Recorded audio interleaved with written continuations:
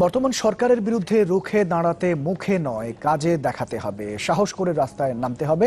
আজকে সকালে জাতীয় প্রেস ক্লাবে এক আলোচনায় অনুষ্ঠানে এমন মন্তব্য করেছেন বিএনপির স্থায়ী কমিটির সদস্য ডক্টর নজরুল ইসলাম।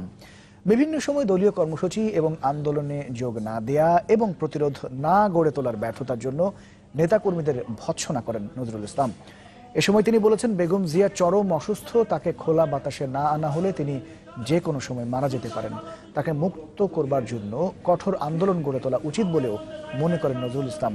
মুক্তিযুদ্ধের সময়কালীন বিভিন্ন ঘটনার উদাহরণ দিয়ে বলেছেন, ৭২ বছর বয়সেও মিছিলের সামনে থাকতে তার আপত্তি নেই, কিন্তু নেতাকর্মীদেরকে এগিয়ে আসা ছাড়া কোনো বিকল্প দেখছেন না নজরুল ইসলাম।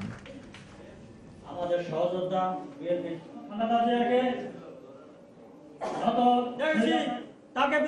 দেশনেত্রী বেগম খালেদা জিয়াকে মুক্ত করার জন্য যে কোনো আন্দোলন করতে আমাদের আগ্রহ আছে।